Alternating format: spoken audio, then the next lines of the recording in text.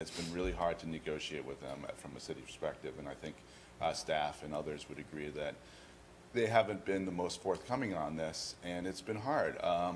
And I just think that because of that experience that I've had personally, that we need to just make sure that we keep a tight rein on them, that our deadlines are sooner, that we know if they're not going to be playing in bounds. I don't want to have another year where I'm sort of waiting around for, are they going to do it? Are they negotiating? Are they going to sell it? Are they looking at people selling it?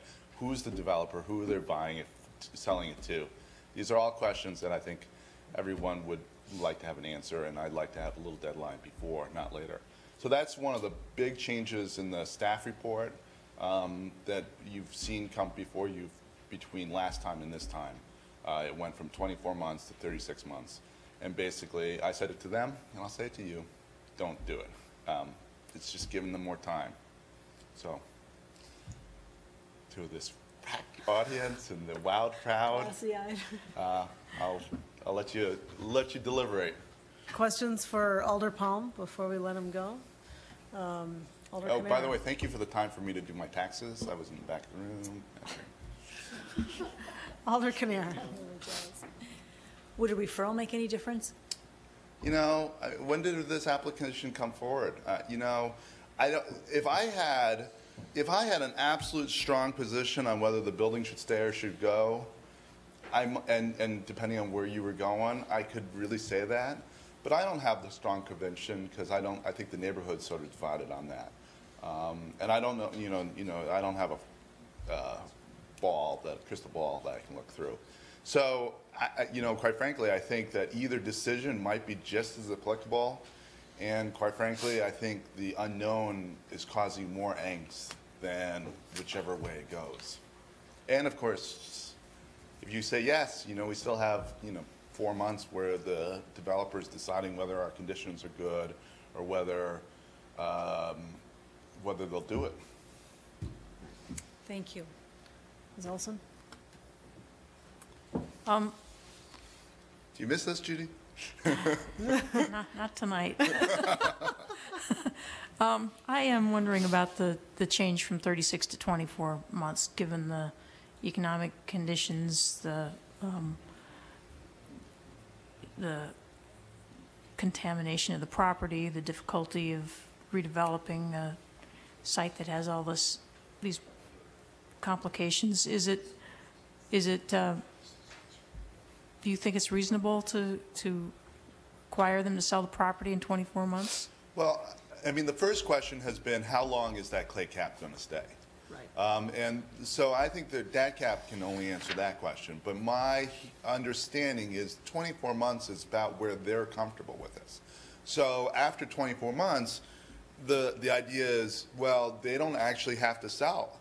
They would just have to perform a full demolition and remediation, which of course comes back to you guys because you get to decide at that point. And my guess is you'll have some pretty tough questions of them, saying, well, what have you been doing for the past 2 years? I think the other side to it is, and you can ask staff this question, is what's your stick? If they don't perform in 24 months, what's your stick? If they don't perform in 36 months, what's your stick? I don't think we have a lot of sticks to throw at them, in which case I'd rather know sooner rather than later that they're not living up to their end of the bargain. Okay, thank you. Other questions for Alder Palm? All right. Thank you. Thank you. And I'll be for waiting. You'll be in the back.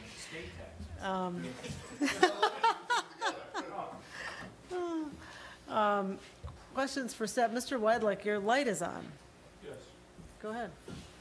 Well, since everyone is here at midnight, and there's been literally no discussion about this demolition permit except the first time when it was mostly about the building orders and wanting to give the state more time, I wanted to at least give any any members of the commission who've read what is now a very thick staff report, including our latest addendum to the addendum, to answer any questions. We would try to explain why the conditions are what they were and why they were changed the way they were.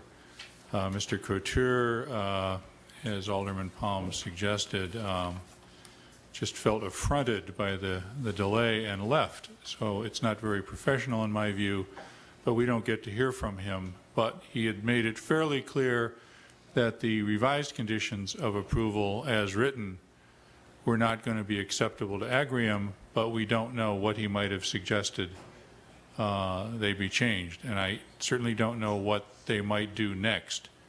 So if you have any comments on the conditions that were drafted, I guess staff would sort of like to hear them, because the position we ended up being in was sort of trying to find a way to negotiate something we might mutually find acceptable without having had an opportunity to have any input really from the people whose decision it is. So in the event that we have another chance, just let us know anything, or if you have any questions about what these mean, we can tell you, what Agrium told us, why we made the changes.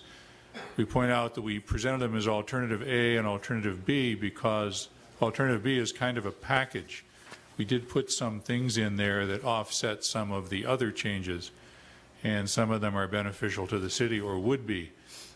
But whether you approve it or reject it or place it on file or refer it with whatever set of conditions, we have no indication at all what Agrium will do. And one of the concerns I guess I would have is if we approve it, then we still don't know what they're going to do, because they didn't ask for it or say they'd accept the conditions we might put on it. So it's sort of unusual. This is the most unusual process I've been involved in, because what we were told at the end was even if you approve it and they accept the conditions and then they file all the remaining plans that we require as a condition of approval, like the detailed demolition plans and the things that DATCAP's going to review, and the staff signs off on all of them, then they go to corporate headquarters and see if they still want to proceed, knowing all these details. So, we don't get much surety out of the process at any point.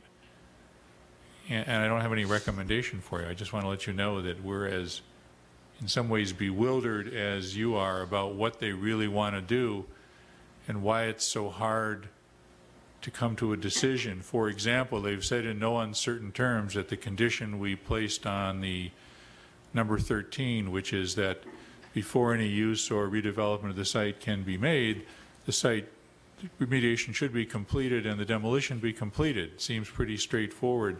That's when they find totally unacceptable, because it encumbers a future buyer and they can't accept that. And I tried to explain that almost all conditions of approval run with the land, and they do. If you place conditions of approval on this bar and it sells to somebody else, that doesn't end the conditions. That's just the way it is. But Agrium apparently finds that very unusual and very unacceptable. So I'm not sure we could ever have reached agreement, but we'll stop now and go back to working on the plan, and we'll see what we hear from them next. But it might be nothing. I don't know if they're going to ask for anything more from us or what. Mr. Ollinger, you have some words of wisdom on that? Well, I was just going to let Alder Kinnear go, then since my name